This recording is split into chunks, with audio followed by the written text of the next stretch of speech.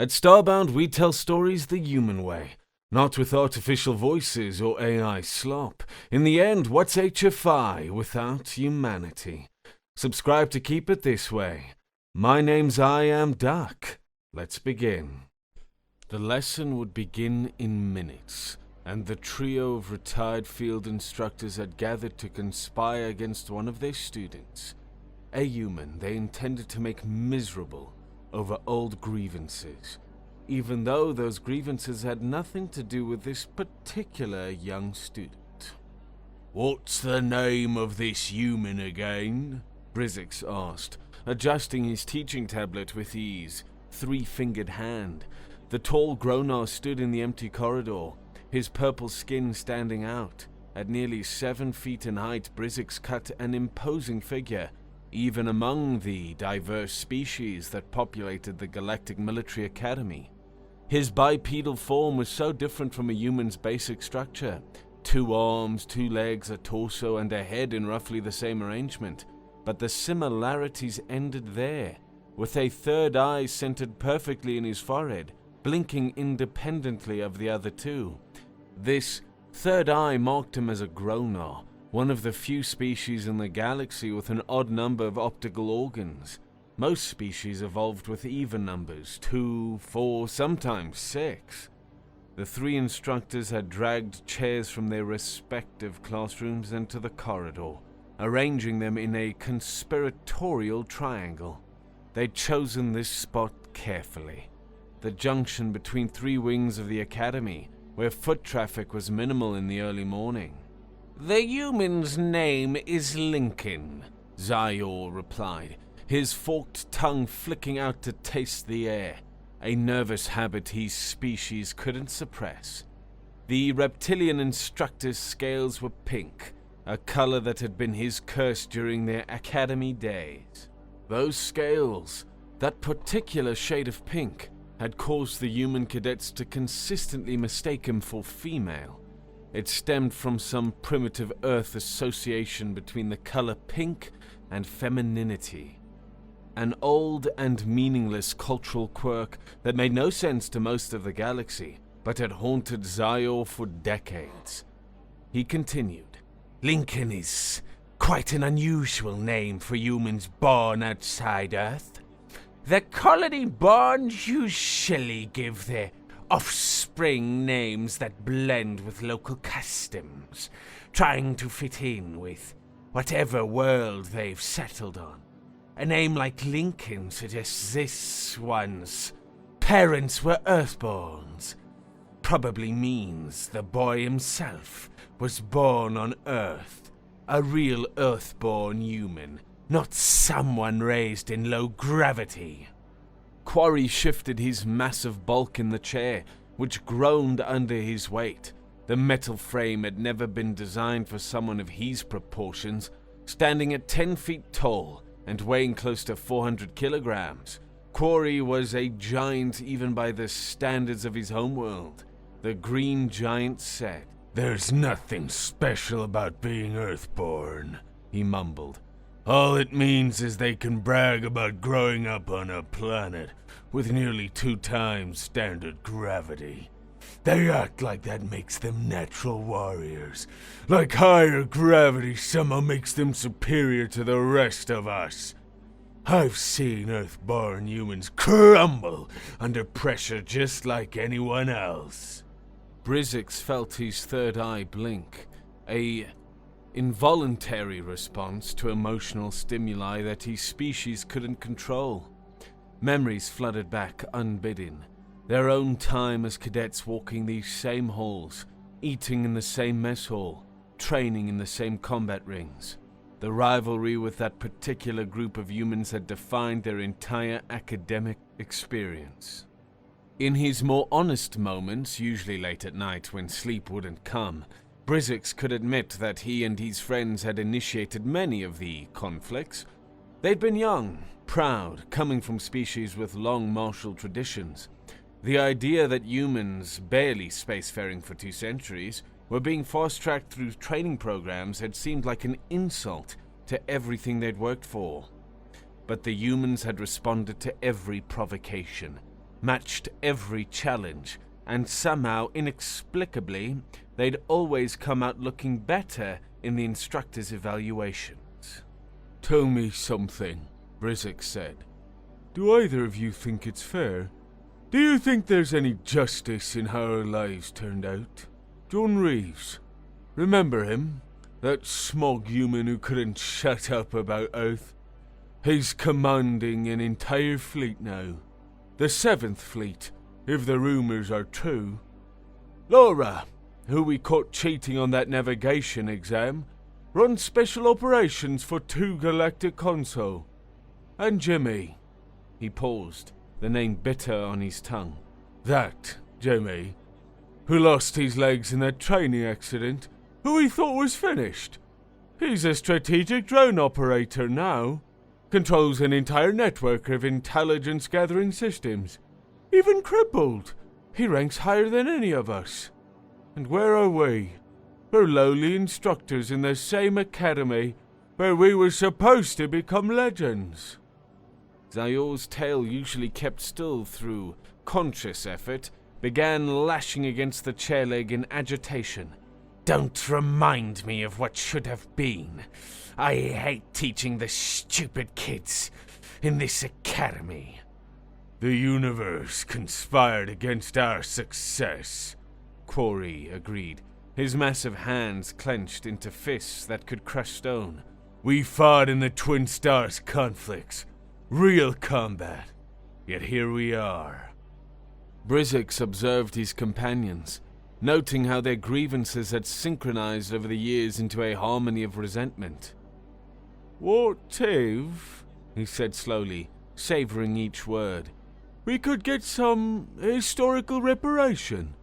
Not full justice, that ship has sailed, but something. A small payback for what we've endured."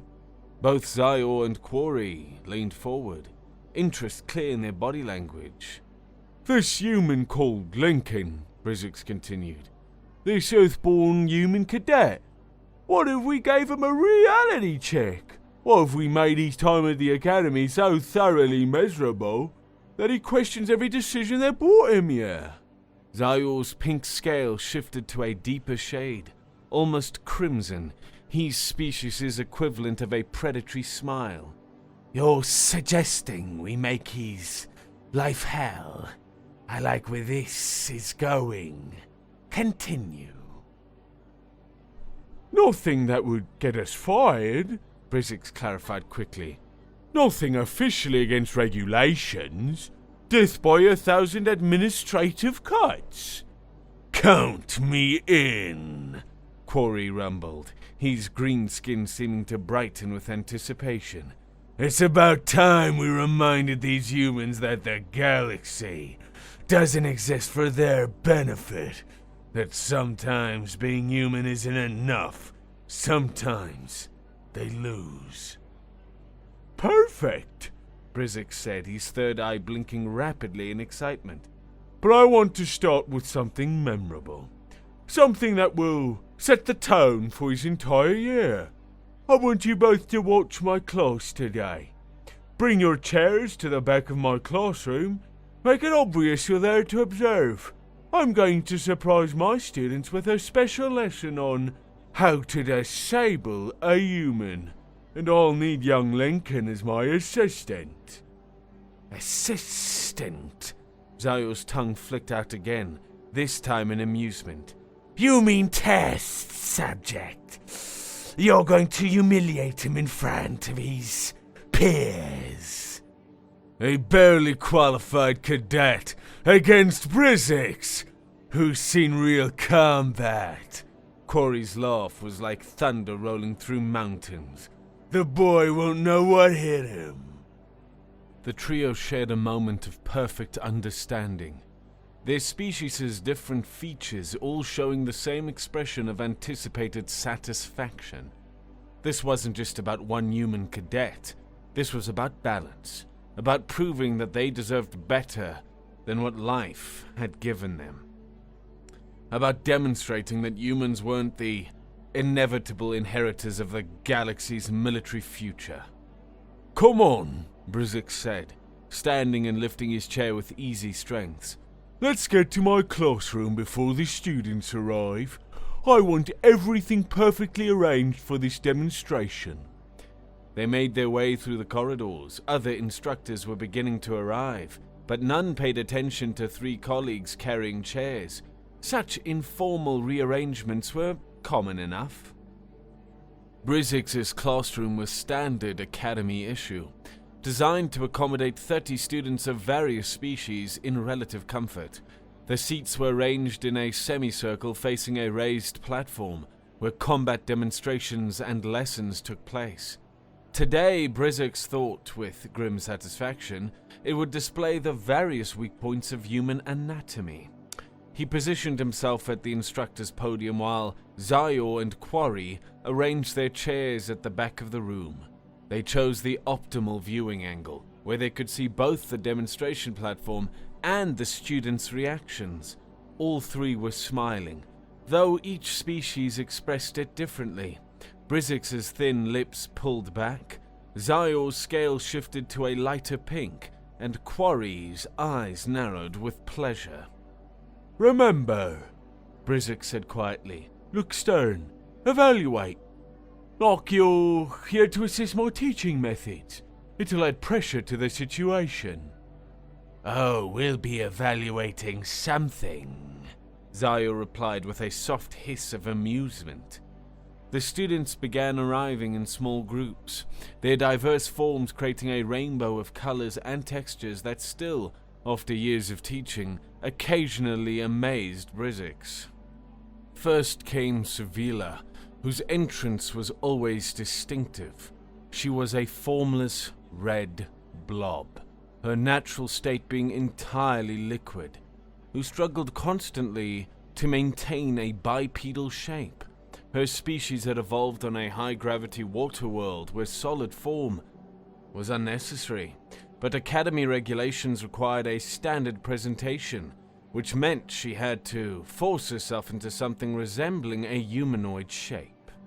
Next entered the Quanier collective.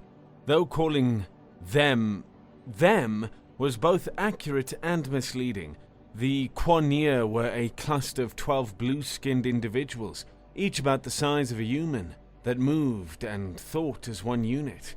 Each component was technically independent, possessed of its own nervous system and capable of surviving alone, but they rarely acted that way. They took their seats, or rather arranged themselves in a formation that they enjoyed, their bodies adjusting as they settled. More students filed in, a trio of avians from different worlds, a group of reptilians whose scales and body structures varied wildly, depending on their home planet's environment. Several furred beings whose species Brizzik had never bothered to learn the names of. Lincoln was the last to arrive, and his entrance was remarkably unremarkable. He didn't swagger with the confidence Brizzik associated with Earthborn humans. He didn't scan the room with the tactical assessment that human military training supposedly instilled from birth.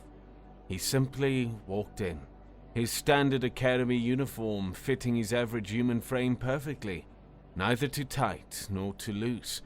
If Brizzik hadn't known he was Earthborn, he would have assumed this was just another unremarkable human from some forgettable colony world.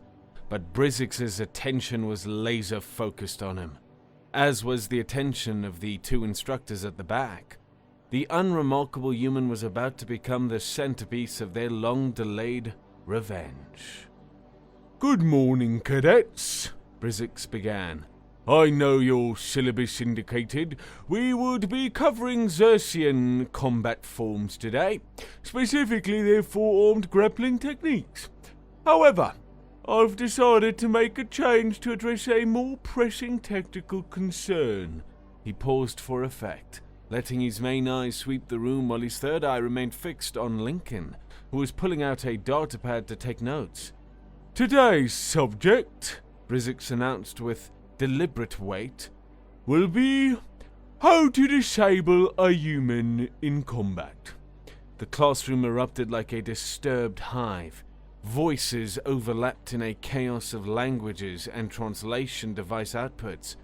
The Quonier's 12 components vibrated in harmonious confusion.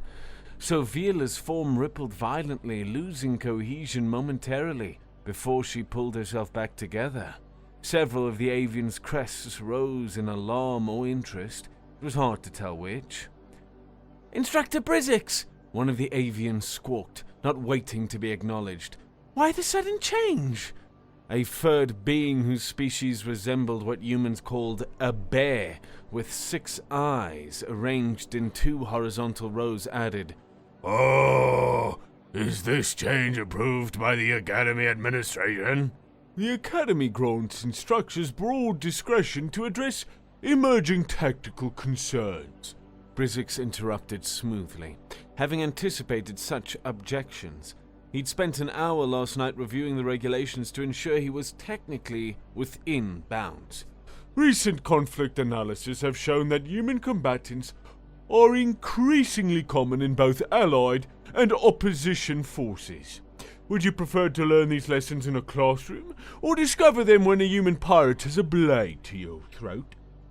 He exchanged a meaningful glance with Zayor and Quarry, who were maintaining stern expressions but whose body language radiated amusement. Throughout this exchange, Vezik maintained malicious eye contact with Lincoln, waiting for the human to object, to show fear, to demonstrate the arrogance that humans were famous for. But Lincoln remained silent, stylus poised over his data pad, watching with those unremarkable brown eyes that revealed nothing. "What do you think about this change in curriculum, Cadet Lincoln?" Vezik asked directly, his tone deceptively casual but loud enough to ensure everyone heard. "As our resident human, surely you have an opinion on your species being singled out for combat analysis?" Lincoln tilted his head slightly, considering his question. When he spoke, his voice was calm. "It's unusual, sir, certainly." He paused, then added with a slight smile. "But I don't mind the subject that much. If anything, it only proves that humans are important enough to warrant an entire class session dedicated to fighting us. That's rather flattering, actually." Vezik felt his purple skin flush darker as his blood pressure spiked. The casual arrogance, the subtle insult wrapped in compliance, the implication that this was somehow an honor. It was exactly the kind of response those humans from his cadet days would have given. John Reeves would have said something exactly like that, turning an attack into a compliment to his species. He exchanged another look with the other instructors. "I'm glad you think that way, Cadet Lincoln," Vezik said, his voice like silk wrapped around a blade.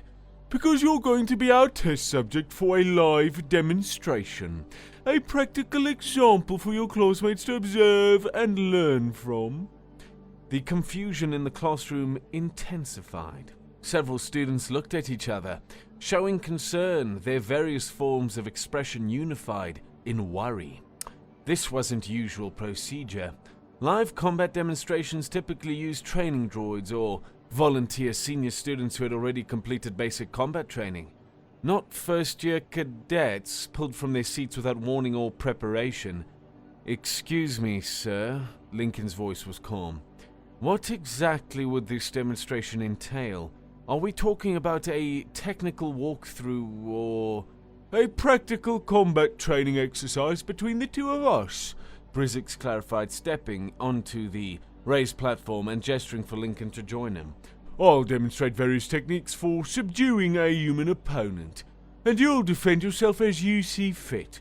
Think of it as an accelerated learning opportunity. Educational for everyone involved." From the back of the room, Zayor and Quarry couldn't keep their laughter entirely in check. The sound, Zayor's hissing chuckle and Quarry's rumbling bass, rippled through the classroom, adding to the growing sense of unease among the students. Soviela's form shimmered with what was definitely concern now, her red coloration darkening to almost burgundy. "Cadet Lincoln," she burbled, her voice achieved through careful manipulation of specialized organs. "This seems highly irregular. Perhaps you should consult with someone from the Academy administration before participating in any demonstration. Your rights as a student. It's all right. It's all right, Lincoln interrupted, and to everyone's surprise, he was actually smiling. If Instructor Vezik thinks this will be educational, I'm happy to assist. We're here to learn, after all. Several students whispered urgently to each other. One reptilian with orange scales actually started to stand, as if to leave the room, possibly to alert someone, but Quarry's massive form shifted slightly at the back of the room, just enough movement to catch the eye, and the student sat back down. Excellent attitude, cadet, Vezik said, his third eye practically glowing with anticipation. Please, join me at the front of the class. Lincoln made his way to the platform, his movements economical and controlled. No wasted motion, no nervous fidgeting, just simple walking. Vizik's mind raced through the possibilities of how to best humiliate this human. Should he start with joint locks to demonstrate human skeletal weakness? He would show this entire class that humans were just meat and bone, wrapped in thin skin, nothing special, nothing worthy of the reverence the galaxy seemed to hold for them. Let me explain what we'll be demonstrating, Vezik announced to the class, though his words were really meant for Lincoln, wanting the human to know exactly what was coming. Humans, despite their growing reputation in military circles, have numerous physical vulnerabilities that can be exploited by those who understand their anatomy. Their joints, in particular, have limited range of motion compared to many species. He began to circle Lincoln slowly, like a predator sizing up prey. Their muscle density is average at best. Their reaction times, while sometimes impressive, are still within normal parameters for bipedal species. Their much vaunted endurance is meaningless if they can't move their limbs. He turned to address Lincoln directly, wanting to see fear in those brown eyes. Cadet Lincoln, simply defend yourself as you see fit. Try not to get hurt. This is, after all, meant to be educational, not medical. Lincoln nodded and assumed a relaxed, steady stance. Feet shoulder-width apart, hands loose at his sides, weight evenly distributed. They faced each other on the platform. Vizik's tall and purple, his three eyes focused on the human, muscles coiled and ready, and Lincoln, shorter but steady, his unremarkable appearance somehow making him seem even more vulnerable in comparison. The class had fallen completely silent, the tension thick enough to freeze the room. Vezik moved first, purposefully telegraphing his intentions. He wanted the class to see exactly what he was doing, wanting them to learn the technique, but more importantly, he wanted Lincoln to know what was coming and be unable to stop it. His large three-fingered hand shot out and grabbed Lincoln's right arm at the wrist and elbow. Textbook positioning for executing an arm break. Notice the grip placement, Vezik lectured even as he began to apply pressure, his voice carrying clearly through the silent classroom. Humans have a natural weak point at the elbow joint. He increased the pressure, expecting to feel the joint begin to give way. And here, the arm should... Lincoln's arm didn't move the way it should have.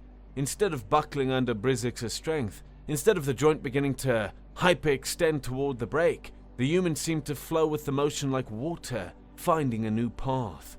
His body rotated in a way that dispersed the force, turning what should have been a linear pressure into a circular motion that went nowhere.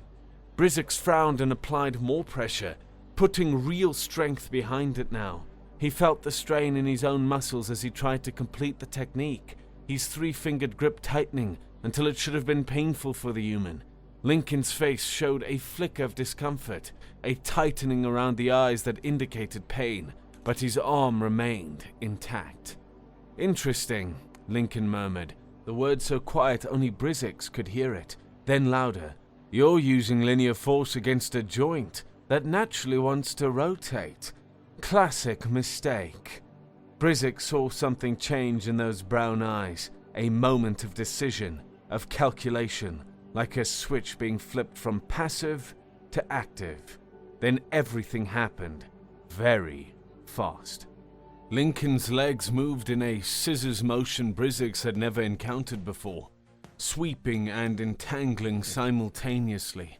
The world tilted as Vezik found himself falling, his grip on Lincoln's arm becoming a liability, as the human used it as a pivot point. They hit the ground hard, but somehow Lincoln was the one in control. His legs wrapped around Vizik's torso in a way that compressed his breathing. The position was completely alien to Vizik's combat training. Ground fighting was considered primitive by most spacefaring species, something left behind when technology made such close combat obsolete. Vezik tried to use his strength advantage, tried to simply power out whatever hold this was, but Lincoln had already transitioned, trapping the arm that Vezik had been using for the demonstration.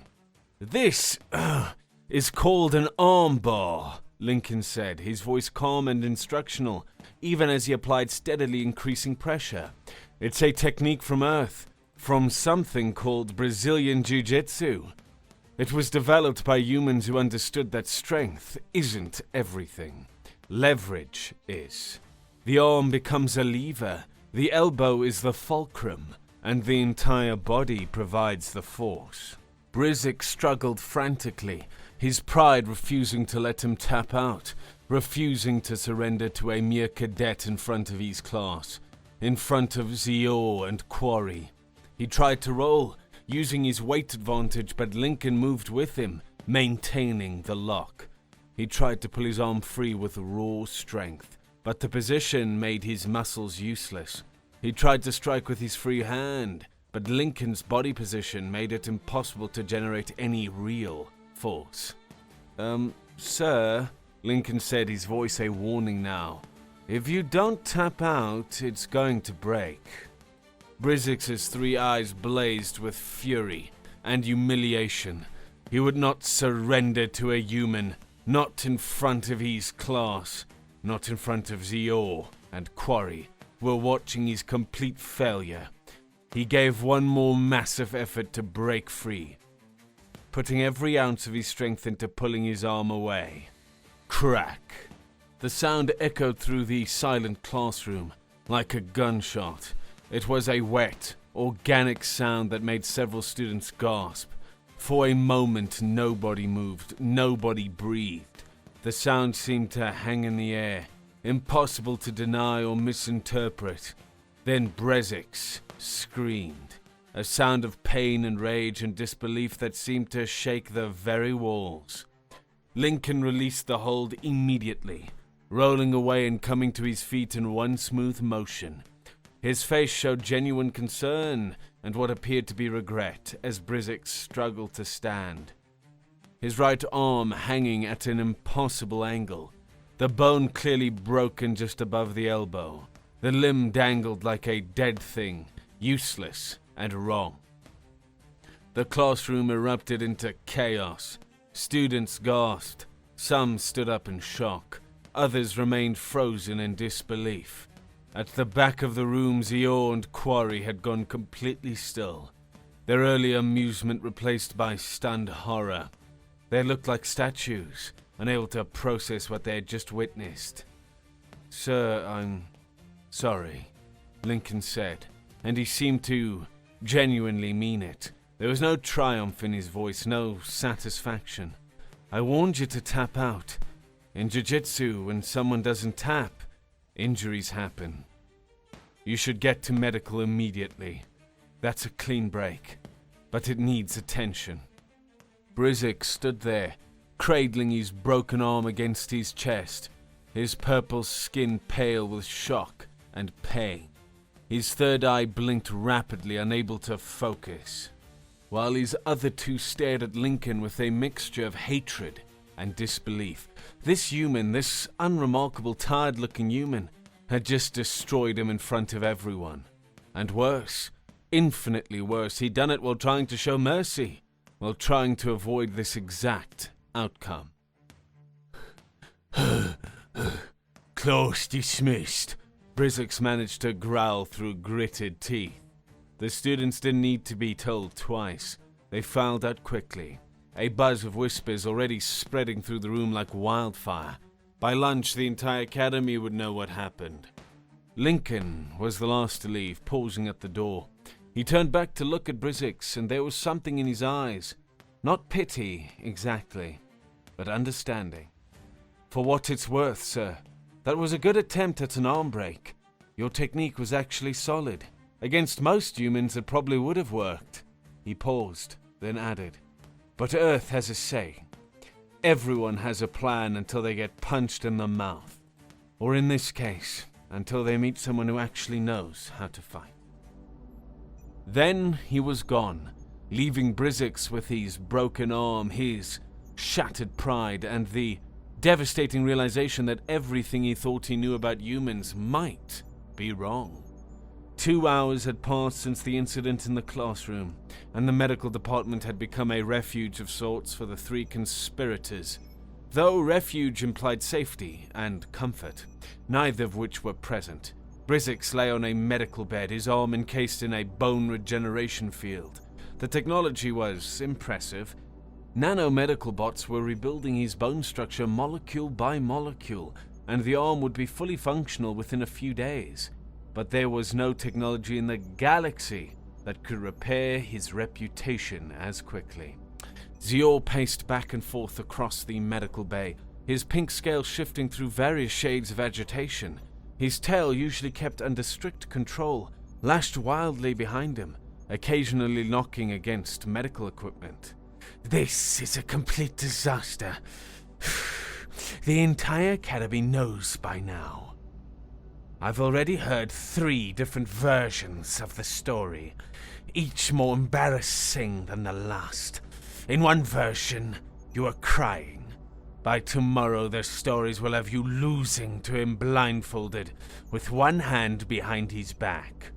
We weren't to know, Quarry rumbled from where he sat, his massive frame making the reinforced medical chair look like it belonged in a children's ward. The chair creaked ominously every time he shifted. You're a grown-ar, Brizzix. You have 3 times the muscle density of a human. Your bones are denser, your reaction times are comparable. On paper, you should have destroyed him. On paper, Brizzix groaned from the bed, the words bitter in his mouth. On paper, we should all be fleet commanders by now. He did something, Brizzix insisted, trying to salvage some dignity from the situation. Some kind of technique I've never encountered. It doesn't matter what he did, Zior hissed. What matters is that everyone saw it. A first-year cadet, a human first-year cadet, broke an instructor's arm in a demonstration that was supposed to show human weakness. We look like fools. He looks like a fool, Quarry corrected. This is Brizzix's humiliation. We were just watching. Oh, shut up. Brizzix groaned from the bed, adjusting the regeneration field to reduce the itching sensation as his bone rebuilt itself. You were both laughing, encouraging this. Your accomplices in this disaster. We're all in this together, whether you like it or not. The door to the medical bay suddenly burst open with enough force to dent the wall behind it. All 3 instructors jumped, or in Brizzix's case tried to jump and succeeded only in sending a spike of pain through his healing arm. Commander Vezik stood in the doorway, and the temperature in the room seemed to drop by several degrees. She was compact for a reptilian, perhaps 5.5 feet tall. Her black scales so dark they seemed to absorb all the medical bay's bright lighting. The Sazi were not a physically imposing species. They had no tails for balance, no impressive horns or spines, no natural weapons beyond basic claws and teeth. But what they lacked in physical intimidation, they made up for in sheer presence. Vezik commanded the respect of the entire academy through competence, intelligence, and an absolutely zero-tolerance policy for stupidity. You absolute idiots, she said. You incompetent, bitter, pathetic excuses for instructors. Commander, we can explain, Zior began, his pink scales immediately shifting to a submissive pale shade. Silence! The word cracked like a whip, and even Quarry seemed to shrink in his chair. Vezik entered the room fully, the doors sliding shut behind her. Do you three honestly think I'm stupid? Do you think I would have noticed three washed-up instructors suddenly taking an interest in a human cadet? Do you think I somehow forgot about your pathetic rivalry with the humans during your academy days? Brizzix felt his third eye blinking involuntarily, a stress response he couldn't control. Vezik had been a cadet with them, part of their graduating class, but unlike them, she'd always maintained good relationships with everyone, including the humans. She'd been the one who studied with them, trained with them, even ate meals with them in the cafeteria. There had been rumors about her and that Jimmy, the disabled human who now operated drones. Some said they'd had a romantic connection, though neither had ever confirmed it. Others, more reputable sources, said she'd simply helped him through his recovery after the training accident that took his legs, spending hours in the medical bay keeping him company. We were just trying to provide quality education, Quarry rumbled, but even his massive frame seemed to shrink under Vezik's glare. The students need to understand potential combat scenarios. Quality education? Vezik's laugh was like breaking glass, sharp and dangerous. Is that what you call ambushing a student with an unauthorized combat demonstration? She moved further into the room, her small stature somehow filling the space with menace. 2 weeks ago, I received a very interesting call from Captain John Reeves. Yes, the same John you three spent your entire academy career trying to one-up. He's commanding the 7th Fleet now, in case you weren't aware. 40 ships under his direct command. He warned me that you might try something stupid with any human cadets. His exact words were, "They never got over losing to us, and they're petty enough to take it out on kids who had nothing to do with it." The three instructors exchanged glances. John had been watching out for this, had anticipated their revenge. The humiliation deepened, adding layers like sediment building on the ocean floor.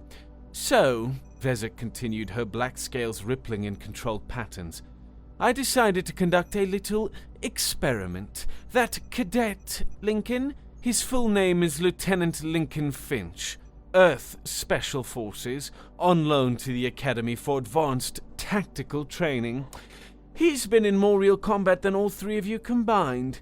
He's been pretending to be a first-year cadet for 3 weeks, sitting through basic classes he could teach better than half our instructors, all because I asked him to help me evaluate whether certain instructors could maintain professional standards. The silence in the medical bay was absolute. Brizzix felt something cold and heavy settle in his stomach, like he'd swallowed a block of frozen nitrogen. They'd been sat up, played, humiliated by design. Hey, Lieutenant! Zior's voice came out as a whisper, his scales now so pale they were almost white. We tried to assault a superior officer?